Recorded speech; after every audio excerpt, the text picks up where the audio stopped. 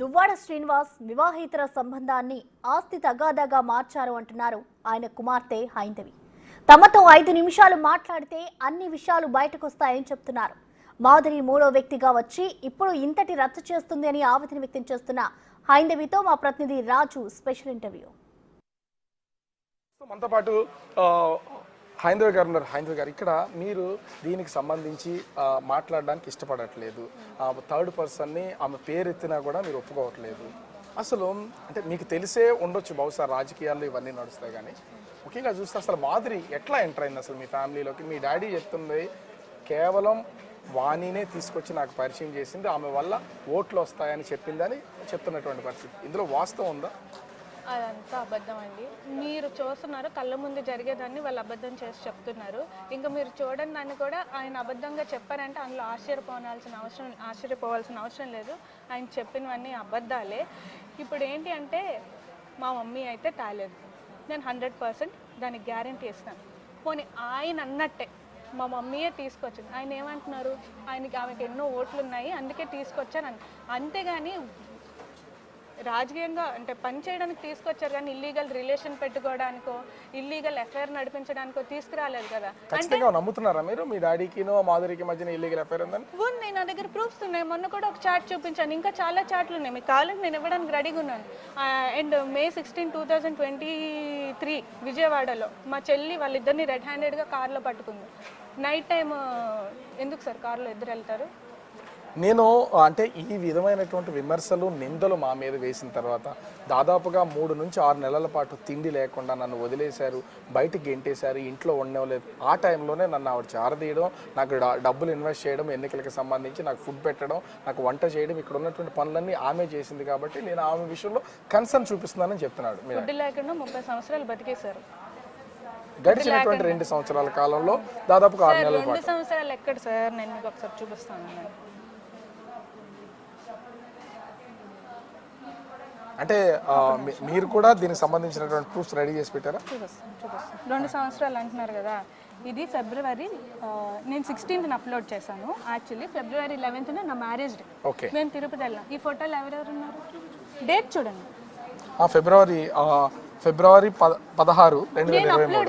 2023. So అంటే ఎవరెవరు ఉన్నారని మీ ఉద్దేశం దీంట్లోకి సంబంధించి? ఒకటి మీరు, మీ హస్బెండ్, మీ మమ్మీ, మీ డాడీ, ఇంకా ఫ్యామిలీ మెంబర్స్ కూడా దీంట్లో ఉన్నట్లు ఉన్నారు. దీంట్లో వాళ్ళకి సంబంధించినటువంటి వాళ్ళు అయితే కనిపిస్తున్నారు. అంటే వేరే వాళ్ళు ఎవరు లేరు. అంటే ఇంచుమించుగా కూడా 1 year అవుతుంది. కానీ మీ డాడీ చెప్తున్న దాని ప్రకారం చూస్తే గడిచిన 6 నెలల కాలంలో ఫుడ్ కూడా 2 సంవత్సరాలుగా వివాదం నడుస్తుంది. 6 నెలలుగా మాకు కనీసం తిండి కూడా పెట్టకుండా ఇంట్లోంచి పంపించేశారు. ఆయన ఇంట్లో లేకుండా రోడ్డు మీద ఆమెతో తిరుగుతుంటే మా మమ్మీ ఇంట్లో ఉంది. మా మమ్మీ ఇంట్లో ఒక్కరితో ఉంది. ఆల్రెడీ ఈ విషయం గురించి ఆవిడ బాధపడుతున్నారు, టెన్షన్ పడుతున్నారు. నేనేమో వైజాగ్లో మా ఇంట్లో ఉన్నాను, మా చెల్లెమో విజయవాడలో తన హాస్టల్లో, తన కాలేజ్లో తను ఉంది. మా మమ్మీ ఒక్కరితే ఉంది. మా డాడీ రావట్లేదు, ఎన్ని ఫోన్లు చేసినా లిఫ్ట్ చేయట్లేదు, ఎన్ని కాల్స్ చేసినా లిఫ్ట్ చేయట్లేదు. ఈమెతో తిరుగుతున్నారు బయట. అప్పుడు మా మమ్మీ ఒక్కరితే బాధపడుతుంటే కన్ను కూతురుగా నేను ఎలా సర్చ్ చూస్తాను? ఆయనకి లేకపోవచ్చు, కన్ను కూతురు మీద చెప్పుకుంటారు, నేను కంటికి రెప్పలా చూసుకున్నాను, నేను గుండెల్లో పెట్టుకొని చూసుకున్నాను. ఆయన కంటికి రెప్పలాగా గుండెల్లో పెట్టుకొని చూసుకున్నప్పుడు నాకు ఇక్కడ పడుకునే స్థితి రాదు. నేను పడుకుంటున్నప్పుడు ఆయన మరి ఆ గుండెలో పెట్టుకొని చూసుకున్నారు కదా, ఆ గుండెకి ఏం అనిపించట్లేదు, నాకు అర్థం కాదు. మా మమ్మీ అలా ఉంటే నేను రమ్మన్నాను. మా మమ్మీకి నువ్వు అక్కడ ఎందుకు ఉంటావు, వైజాగ్ వచ్చి మా ఇంటికి వచ్చి అంటే మా మమ్మీ వచ్చారు. అదే టైం వాళ్ళు చూసుకొని ఇంటికి వచ్చి వెళ్ళిపోయారు. ఫోన్ చేస్తే కీస్ పంపిస్తాం కదా సార్, ఫోన్ చేస్తే లేకపోతే నేను వచ్చాను నాకు కీస్ కావాలి అంటే మా మమ్మీ వెంటనే వచ్చేస్తారు కదా. అంటే ఇక్కడ కేవలం ఆమెతో అంటే మాధురితో మీ ఫాదర్ ఉండడం కోసమే మీ మమ్మీని అవాయిడ్ చేస్తున్నారు, ఈ రాద్ధాంతం అంతా క్రియేట్ చేశారని అనుకోవచ్చా? ఆమె ఎంటర్ అయింది. మా డాడీ వాళ్ళ లాస్ట్ బ్రదర్ ఎవరు ఉన్నారో వాళ్ళకి ఎప్పటి నుంచో మా ఫ్యామిలీని దూరం పెడదాం, విడగొట్టేద్దాం అని చూస్తున్నారు. సో ఏంటి అంటే అదే టైంలో ఈ ఇష్యూ కూడా ఎప్పటి నుంచో ఉంది. కరెక్ట్గా వాళ్ళకి ఛాన్స్ దొరికింది ఈ ఇష్యూ. వాళ్ళు కూడా మా డాడీని ఇదే ఛాన్స్గా వాళ్ళు ఇది ఇవ్వడం, ఈ ఇష్యూ మీద వెనక్కి లాగడం వాళ్ళది కూడా ఉంది. కానీ ఇన్ని సంవత్సరాల్లో నాకున్న ప్రాపర్టీస్ మొత్తం అన్నింటినీ కూడా నేను వాణి పేరు మీద రాసిచ్చేసాను, ఉన్నాయి కూడా రాసిచ్చేస్తాను. నేను నార్మల్గా బయటికి వెళ్ళిపోతాను. నేను ఇల్లు రాసిచ్చాను 25 కోట్ల రూపాయలు. ఇప్పుడు ఉన్నటువంటి ఇంచుమించుగా 6 కోట్ల రూపాయలు ఇల్లు రాసిచ్చాను, 25 కోట్ల రూపాయల వాల్యూ ఉన్నటువంటి గ్రానైట్ ఫ్యాక్టరీ రాసిచ్చాను, వాళ్ళు 1.5 కోటి ఈ సంవత్సర కాలంలో నేను డబ్బులు ఇచ్చాను. ఇవన్నీ ఎవరు చేస్తారు? నాకు వాళ్ళ మీద ఇష్టం ఉండబట్టే చేశాను. వాణిని నాకు విడాకులు ఇస్తానని చెప్తుంది అనేది మీ ఫాదర్ చేస్తున్నటువంటి ఆరోపణ. మరి ఆస్తులు ఇవ్వలేదంటారా? ఇవ్వలేదు. ఒక ఫ్యాక్టరీ ఇచ్చారు, అందులో కూడా బోల్డ్ అన్ని అంటే క్లియర్ చేయాల్సినవి చాలా ఉన్నాయి, అవి ఇంకా క్లియర్ చేయలేదు. రాయడం అయితే రాశారు. మీరు వెళ్ళి ఒరిస్సా రిజిస్ట్రేషన్ ఆఫీస్లో కనుక్కుంటే అందులో ఏం ప్రాబ్లమ్స్ ఉన్నాయో డీటెయిల్డ్గా వాళ్ళే ఇస్తారు. ఇంకా ఇల్లు రిజిస్ట్రేషన్ చేశాను అంటున్నారు కదా, రిజిస్టర్ ఆఫీస్ ఉంటుంది కదా, పేపర్ వేసారు. ఈయన దగ్గర లేదనుకోండి, రిజిస్టర్ ఆఫీస్లో అడగండి చేశారా లేదా అనేది ఉంటుంది కదా, రిజిస్టర్ చేస్తే. ఇదేమో నేను కట్టించుకున్నటువంటి ఇల్లు, ఇది అసలు వాళ్ళకి సంబంధమే లేదు, ఇది నా డబ్బులతో చేసుకున్నటువంటిది, కేవలం ఈ ఇల్లు కూడా నాకు రాసిచ్చేయండి, నాకు ఇచ్చే, కేవలం ఇల్లు కోసమే ఈ ఆందోళన చేస్తున్నారు అనేది ఆయన చేస్తున్న ప్రధానమైన ఆరోపణ. సార్ నేను వచ్చిన రోజు నేనేం చెప్పాలి? మా డాడీ కోసం వచ్చానని చెప్పాను. నేను మా డాడీ కోసం వచ్చానని చెప్తే ఈ మ్యాటర్ని వాళ్ళని ఆస్తి కోసం వచ్చినట్టు ఆయన కన్వర్ట్ చేశారు. ఆస్తి కోసం వచ్చినప్పుడు కన్వర్ట్ చేసినప్పుడు నేను మాట్లాడాల్సి వస్తుంది. మా డాడీ ఉంటుంది ఇల్లు, నా ఇల్లు ఎందుకు కాదు? పిల్లలు ఒక ఇల్లు, డాడీ ఒక ఇల్లు, మమ్మీ ఒక ఇల్లు ఉంటారు కదా, అందరిది ఒకే ఇల్లు. మా డాడీ ఉన్న ఇంట్లోకి నా ఇల్లు అవుతుంది, మా డాడీ ఇల్లు అయినప్పుడు నా ఇల్లు కూడా ఉంటుంది. మా డాడీకి ఎంత హక్కు ఉందో నాకు అంతే హక్కు ఉంది, ఆ ఇంట్లోకి రావడానికి కూడా హక్కు ఉంది. మరి ఏమన్నా ఈ ఆస్తి కోసమే అంటే ఇంటిని రాయించుకోవడం కోసమే, ఈ ఇంటిని కోసమే అంటే ఇప్పుడు ఆమె ఎవరో వచ్చి నేను ఆ ఇంటి పైన ఇల్లు కడతాను, నేను 2 crores పెట్టాను, వాళ్ళ తమ్ముడు అంటాడు వాళ్ళ తమ్ముడే కట్టించాను, ఈయన అంటాడు. పోనీ మా డాడీకి ఈ ఇల్లు అయింది అనడానికి రైట్ ఉంది, వీళ్ళెవరికి సార్ రైట్ ఉంది? వాళ్ళందరూ ఈ ఇల్లు నాది అంటే నేను చూస్తూ ఊరుకోవాలా? నేను ఎందుకు ఊరుకుంటాను? అప్పుడు ఖచ్చితంగా ఉంటుంది. నేను 2 కోట్ల రూపాయలు ఎలక్షన్కి ఇచ్చాను, ఇంటి నిర్మాణానికి డబ్బులు ఇచ్చాను. ఎలక్షన్కి ఇచ్చారు, ఇంటి నిర్మాణానికి ఇచ్చారు. ఇప్పుడు మా డాడీ అన్నారు చాలా మంది దగ్గర నేను అప్పు చేశాను, వాళ్ళందరూ ఇది కూడా అప్పు లాంటిదే. ఇప్పుడు అప్పులు ఉన్న వాళ్ళందరికీ ఇల్లు ఇచ్చేస్తారేంటి సార్? ప్రాపర్టీస్ రాసి ఇచ్చేస్తారేంటి? అప్పు తీసుకున్నది మళ్ళీ ఆ డబ్బులు రిటర్న్ చేస్తాం, కానీ ఇల్లులు ప్రాపర్టీస్ అప్పు లాంటిది. ఇది కూడా అప్పు లాంటిది అంటే అప్పే, అప్పు ఇచ్చింది మా డాడీ క్లియర్ చేయాలి, దానికి ఇల్లు ఆదాయాలుగా అవుతుంది. ఇక్కడ ఇంకొకటి, ఈ మొత్తం ఎపిసోడ్లో ఆస్తులు ఎంత అయితే మేజర్గా ఉన్నాయో, పొలిటికల్ కెరియర్ విషయంలో కూడా ఆమెకి రాజకీయంగా ఉండాలి, ఆ రాజకీయంగా పలుకుబడి ఉండాలి, పేరు ఉండాలి వాణికి అనేదే కారణం. నాకు సీట్ ఇచ్చినా, నేను రాజకీయాల్లో ఉన్నా, నేను ఎదుగుతున్నా, తను భరించలేకపోతుంది, దానికోసమే నన్ను పార్టీ నుండి సస్పెండ్ చేయమంటున్నా. నేను కావాలంటే, నా ఆస్తులు కావాలంటే నా గురించి మాట్లాడాలి, కానీ నేను ఎమ్మెల్సీ పదవి తీసేయండి, లేకపోతే పార్టీ నుంచి తీసేయండి అని మీ మమ్మీ డిమాండ్ చేస్తుంది. ఎందుకు అని ఆయన అడుగుతున్నారు. ఎందుకు అంటే నేను చెప్పాను కదా సార్, పలాసలో వెళ్తే ప్రూఫ్ తీస్తారా, కేసు రాకుండా, అది దేనివల్ల చేస్తారు? ఎమ్మెల్సీ పవర్ ఉండడం వల్లే చేశారు. వీళ్ళందరూ ఎందుకు ఉంటున్నారు? ఎమ్మెల్సీ చూసుకొని ఆ పవర్ చూసుకొని ఉంటున్నారు.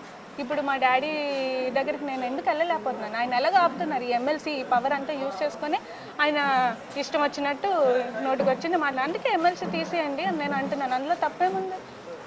అంటే రాజకీయంగా మీ మమ్మీ ఎదుగుదల కోసమే, అంటే నా భార్య ఎదుగుదల కోసమే ఈ రాజకీయాన్ని టార్గెట్ చేస్తున్నారు. మా మమ్మీది రాజకీయంగా ఎదగాలనుకుంటే ఇన్ని సంవత్సరాల తర్వాత ఎందుకు సార్? అప్పుడే 2004లోనే మా మమ్మీ ఎమ్మెల్యేగా పోటీ చేసింది. 2004లోనే రాజశేఖర రెడ్డి గారు మమ్మీకి ఎమ్మెల్యే టికెట్ ఇచ్చారు. అప్పుడే ఆమె ఈయనకు ఛాన్స్ ఇవ్వకుండా ఆ తర్వాత కూడా ఆమె కంటెస్ట్ చేసేది కదా, మరి ఈయనకి ఎందుకు ఛాన్స్ వస్తుంది? అంటే మీ మమ్మీ పొలిటికల్ గా ఉన్నటువంటి ఇమేజ్ ని మీ ఫాదర్ వాడుకున్నారు అనుకుంటా అని చెప్తారా? ఖచ్చితంగా మా మమ్మీ సపోర్ట్ లేకపోతే మా డాడీ పాలిటిక్స్ లోకి రాలేరు, ఈ స్టేజ్ కూడా రాలేరు.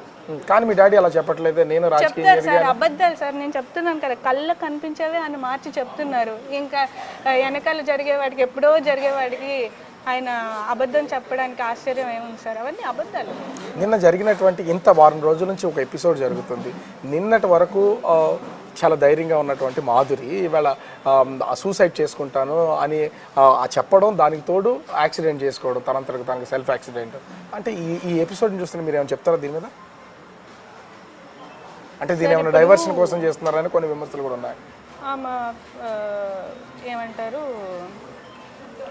ఆమె సైడ్ మ్యాటర్ తిప్పుకోవడానికో దేనికో ఆమె అలా మాట్లాడి ఉండొచ్చు. కానీ చనిపోయేంతగా దీన్ని చేయాల్సిన అవసరం లేదు కదా మీ ఫ్యామిలీ సరే పోనీ ఆమె సూసైడ్ చేసుకుంటుంది అనుకున్న ఆమె గురించే నాకు అనవసరం. బేసిక్గా ఆమె మా ఫ్యామిలీ మ్యాటర్లోకి వచ్చింది, అందుకే నేను ఆమె గురించి మాట్లాడాల్సి వచ్చింది. ఏ ప్రూఫ్ లేకుండా మాట్లాడుతున్నానంటే నా దగ్గర అన్ని ప్రూఫ్స్ ఉన్నాయి, మీకు కావాలంటే నేను ఇస్తాను. మొన్న కూడా చాలా ఛానల్స్కి వాళ్ళ చాటింగ్ సబ్మిట్ చేశాను. ఆమె తప్పు చేసి ఆమె మా డాడీ ఇల్లీగల్గా కాంటాక్ట్ పెట్టుకొని మేము అడగద్దంటే ఎలా సార్? ఎందుకు సార్ వైఫ్ పిల్లలు అడగరు? ఎందుకు అడగరు? అడుగుతారు. అడిగినందుకు నువ్వు తప్పులు చేసి నువ్వు సూసైడ్ చేసుకుంటానంటే దానికి ఎవరు రెస్పాన్స్? కానీ స్నేహం చేయకుండా ఎవరు ఉంటారు? అమ్మాయి అబ్బాయి స్నేహం చేయొచ్చు కానీ పెద్ద వయసులో ఉన్నటువంటి వాళ్ళు స్నేహం చేయకూడదా? ఇది మాది స్నేహం మాత్రమే, దీనికి ఒక అంటే ఇల్లీగల్ అఫైర్ అనే దాన్ని క్రియేట్ చేశారు కావాలనే, నా ఇమేజ్ని డ్యామేజ్ చేయడం కోసమే అని మీ ఫాదర్ చేస్తున్నారు. ఇల్లీగల్ అఫైరా? చూపిస్తాను. ఇంకా నా దగ్గర చార్ట్స్ ఉన్నాయి. ప్రజెంట్ మా చెల్లి ఫోన్లో కొన్ని చార్ట్స్ ఉన్నాయి, నా దగ్గర ఉన్న చార్ట్ నేను చూపిస్తాను. అంటే మీ ఫాదర్ వాణి చేసుకున్నటువంటి చాటింగ్ అంటారు మాధురి? అది మాధురి మీ ఫాదర్ చేసినటువంటి చాటింగ్.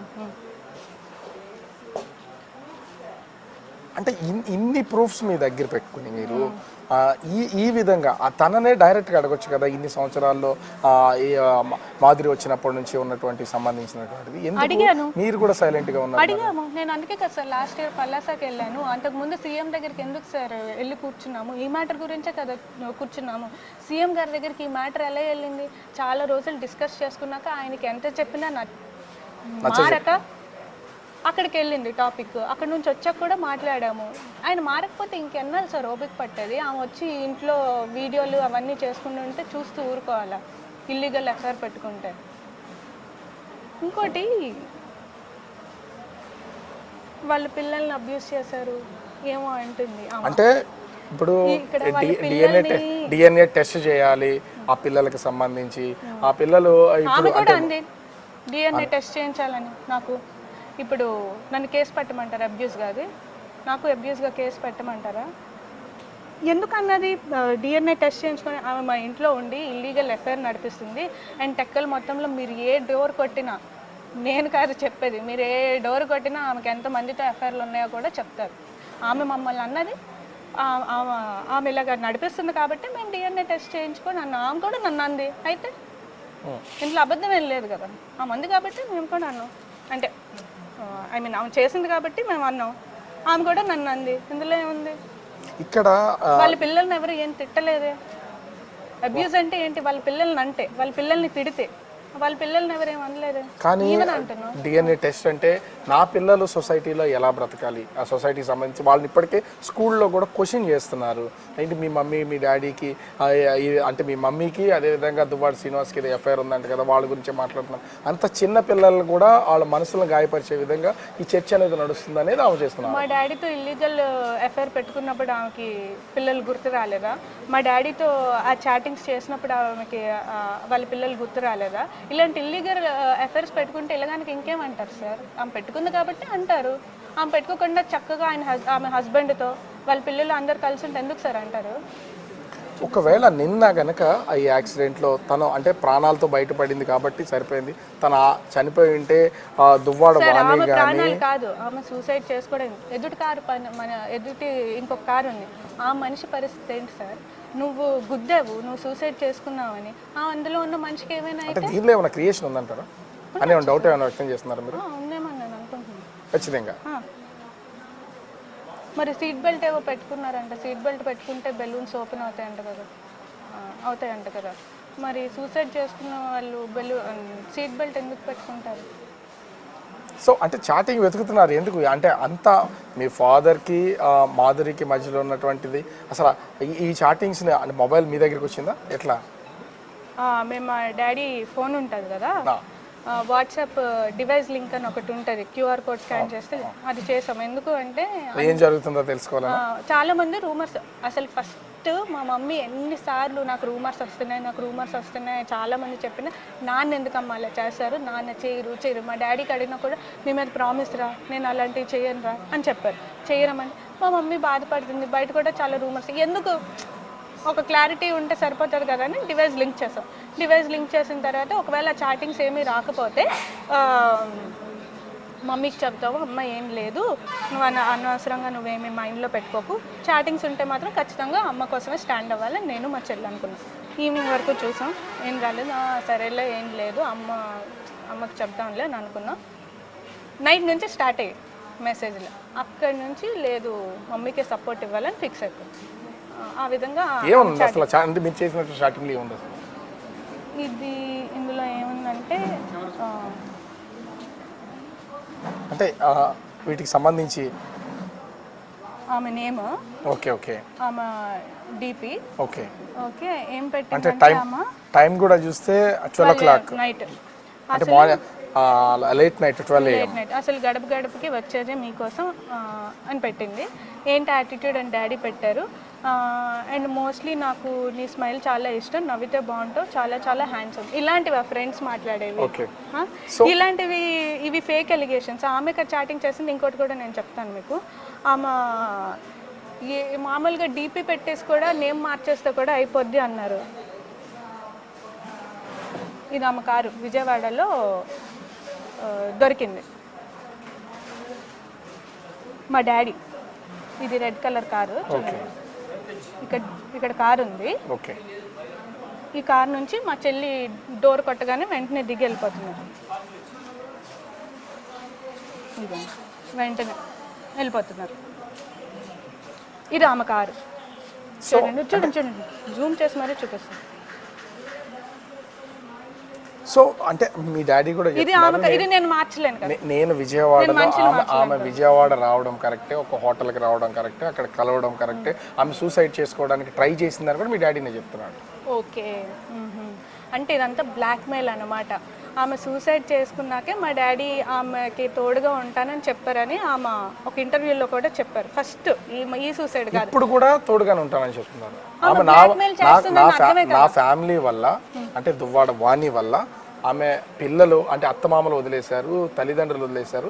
ఇవాళ పిల్లలు కూడా అనాథలుగా మారిపోతున్నారు పరిస్థితి. సో నన్ను అందరూ వదిలేసిన టైంలో నాకు మాధురి తోడుగా ఉంది కాబట్టి ఇప్పుడు నేను ఆమెకు తోడుగా ఉంటానని చెప్తున్నారు. ఎవరు సార్ వదిలేశారు? నేను ఆల్రెడీ మీకు ఇందాక స్టోరీ చెప్పాను. ఆయన వెళ్ళిపోతే మా మమ్మీని నేను పిలిచాను. ఆ సందు చూసుకొని ఆయన బయటికి వెళ్ళిపోయి ఈ సీన్ అంతా క్రియేట్ చేశారు. తర్వాత ఇంకోటి ఏంటి అంటే, నెక్స్ట్ క్వశ్చన్ ఏం అడిగారు నాకు? అంటే ఆ మాధురికి సంబంధించి మీ డాడీ ఆ పిల్లల విషయంలో కానీ అనాథలు అయిపోతారు. ఎవరి పిల్లలు? వాళ్ళ పిల్లలు. వాళ్ళ పిల్లలకి వాళ్ళ డాడీ లేరా? వాళ్ళ డాడీ అంటే ఈ మీ మమ్మీ వల్ల వాళ్ళ అంటే మాధురి భర్త కూడా వదిలేశాడు, అత్తమామలు వదిలేశారు, తల్లిదండ్రులు వదిలేశారు, ఒంటరి అయిపోయింది. ఇప్పుడు మాధురి వల్ల మా వల్ల ఆమె అనాథ అవ్వడం కాదు, ఆమె వల్ల మేము అనాథలేం. ఇప్పుడు మీకు చాటింగ్స్ అన్నీ చూపించాను, కార్లో ఉండడం నేను చూపించాను. ఇంకా చాటింగ్స్ ఉన్నాయి, అవి కావాలంటే మీకు ఇస్తాను. ఆ చాటింగ్స్ అన్నీ చేసిన ఆమె వల్ల మా డాడీ లైఫ్లోకి ఎంటర్ అవ్వడం వల్ల మేము అనాథలు అయ్యాం. మేము అనాథలు అయినప్పుడు ఎవరింటికి వచ్చి ఫైట్ చేస్తున్నాం? మీ ఇంటికి వచ్చేస్తాం. మా ఇంటికి ఇప్పుడు మా వల్ల అనాథ అయింది అనుకోండి. అంటే హోల్ కాన్సెప్ట్ ఏంటి అంటే, ఇప్పుడు మేము వాళ్ళ డాడీ దగ్గరికి వెళ్ళి మేము ఏం చేయట్లేదు కదా, ఈమె అనాథలుగా అవుతుందండి.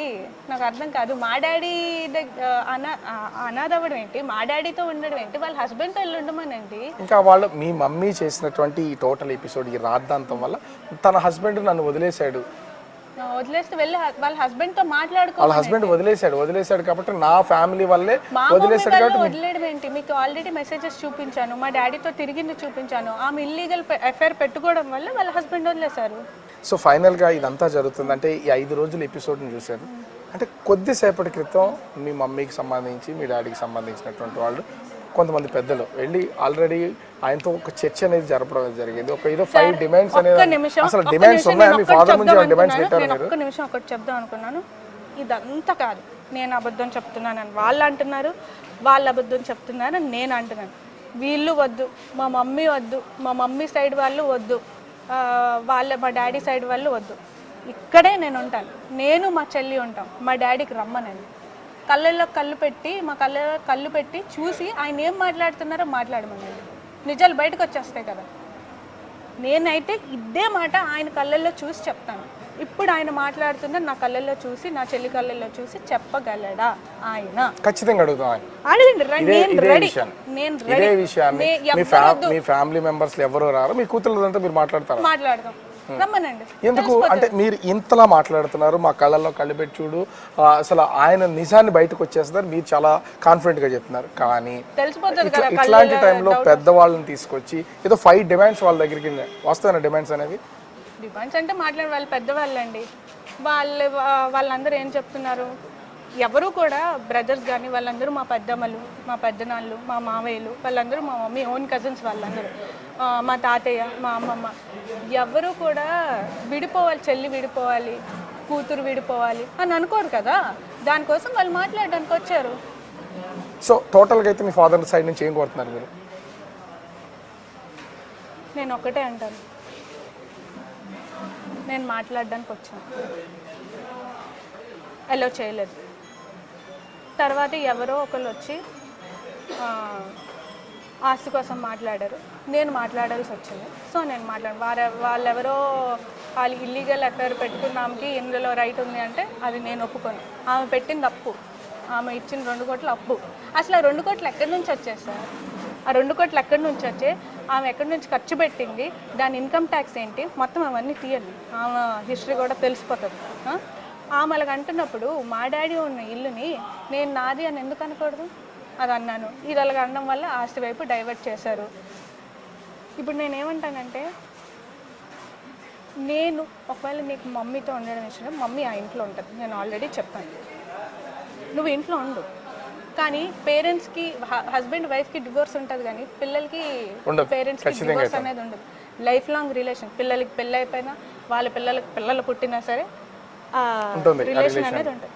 మేము వస్తాం, మేము ఉంటాం, అక్కడ ఉంటాం, ఇక్కడ ఉంటాం, మా మమ్మీ దగ్గర. థర్డ్ పర్సన్ ఎందుకు రావాలనేది మీ డిమాండ్. ఉండకూడదు. కానీ ఈ టోటల్ ఎపిసోడ్లో ఇప్పుడు అంటే ఇంట్లో మీరు అండ్ ఆస్తి కోసం ఎందుకు మాట్లాడుతున్నారంటే, ఆమె మాట్లాడింది కాబట్టి నేను మాట్లాడాల్సి వచ్చింది. ఆమెకి ఏం రైట్ ఉందని ఆవిడ మాట్లాడుతుంది, అందుకే నేను మాట్లాడాల్సి వచ్చింది. ఇదంతా కూడా 2 రాష్ట్రాల్లో రచ్చ అయిపోయింది. మీరందరూ కూడా ఎప్పుడు బయటికి రానటువంటి వాళ్ళు, చదువుకుంటూ లేకపోతే మీ పెళ్ళి అయిపోయినటువంటి మీ ఫ్యామిలీలో ఉంటూ మీకు ఎక్కడ ఇబ్బంది అనిపించట్లేదా ఈ ఫైట్ విషయంలో? కొన్ని ఆ కామెంట్స్ చూస్తుంటే కొంతవరకు ఇబ్బంది పడుతున్నటువంటి, అది ఎవరైనా కానీ ఆడపిల్లల విషయంలో అది మీరు ఇబ్బంది పడట్లేదు?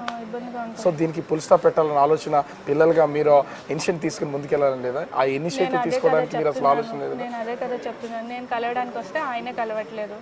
ఎవరు ఇనిషియేషన్ ఇస్తున్నారు, ఎవరు దాన్ని స్టాప్ చేస్తున్నారు?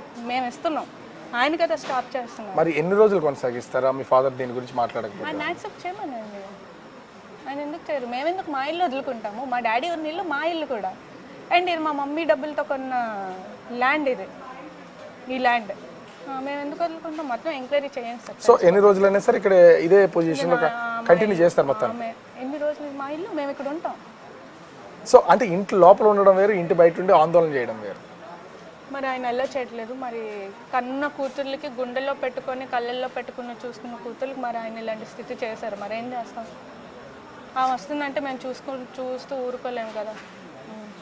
సో ఓవరాల్గా చూస్తే మొత్తం దువ్వాడ శ్రీనివాస్, అదేవిధంగా దువ్వాడ వాణి, వీళ్ళ ఇద్దరి మధ్యన కూడా ఇద్దరు పిల్లలు, ఆడపిల్లలు నలిగిపోతున్నటువంటిది అయితే ఖచ్చితంగా కనిపిస్తుంది. మా డాడీ మా కళ్ళల్లో కళ్ళు పెట్టి చూడు, 5 నిమిషాలు మేమిద్దరం వస్తాం, మాతో మాట్లాడు, నిజమేంటో బయటపడుద్ది అనేది హైందవి చెప్తున్నటువంటి విషయం. కానీ ఇది ఒక ఫ్యామిలీ విషయాన్ని, ఆ గొడవని రాష్ట్ర వ్యాప్తంగా ఉన్నటువంటి ఒక చర్చగా మార్చేసి గత 5 రోజుల నుంచి ఒక హైడ్రామా అయితే నడుస్తుంది. దీనికి కన్క్లూజన్ ఎప్పుడు వస్తుంది అనేది తెలీదు. కానీ అటు దువ్వాడ శ్రీనివాస్, అదేవిధంగా దువ్వాడ వాణిలకు సంబంధించినటువంటి కొంతమంది పెద్దలు అయితే ప్రస్తుతం వీళ్ళకి సంబంధించి దీన్ని ఇక్కడితో ఫుల్ స్టాప్ పెట్టాలని చర్చలు అయితే నడుపుతున్నారు. ఆ చర్చలు ఎంతవరకు ఫలిస్తాయి, కూతుళ్ళని తండ్రి ఎలా చేరదీస్తారు, తండ్రిని ఏ విధంగా వీళ్ళు యాక్సెప్ట్ చేస్తారు, అటు దువ్వాడ వాణికి సంబంధించి శ్రీనివాస్ ఏ విధంగా దీనికి ఒక కన్క్లూజన్ తీసుకొస్తారని మాత్రం వేచి చూడాలి.